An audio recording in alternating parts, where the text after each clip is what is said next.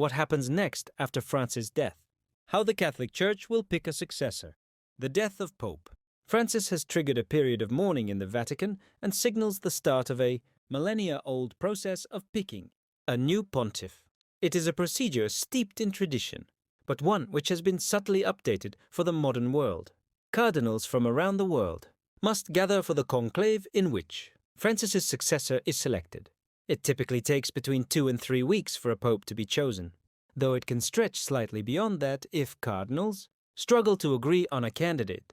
The voting process is kept secret but will take place with the eyes of the world on the Vatican and amid intense scrutiny of the Catholic Church, an institution whose reputation has been stained by the scandal of child sex abuse within its ranks, overshadowing the legacies of successive popes.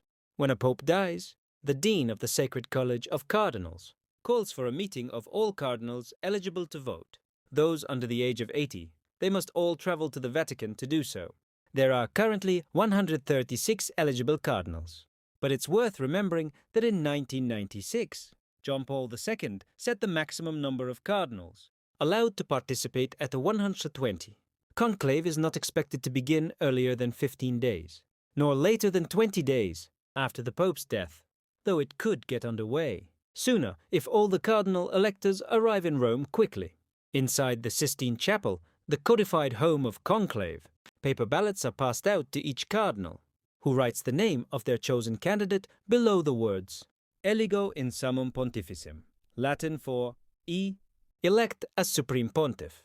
Technically, any Roman Catholic male can be elected pope, but the last pope not chosen from the College of Cardinals was Urban VI in 1379. When they're done, each cardinal, in order of seniority, walks to the altar to ceremoniously place his folded ballot into a chalice. The votes are then counted and the result is read to the cardinals. If a cardinal has received 2/3 of the vote, he becomes the new pope. As many as 4 votes a day, 2 in the morning and 2 in the afternoon, can be held on the 2nd, 3rd and 4th days of the conclave.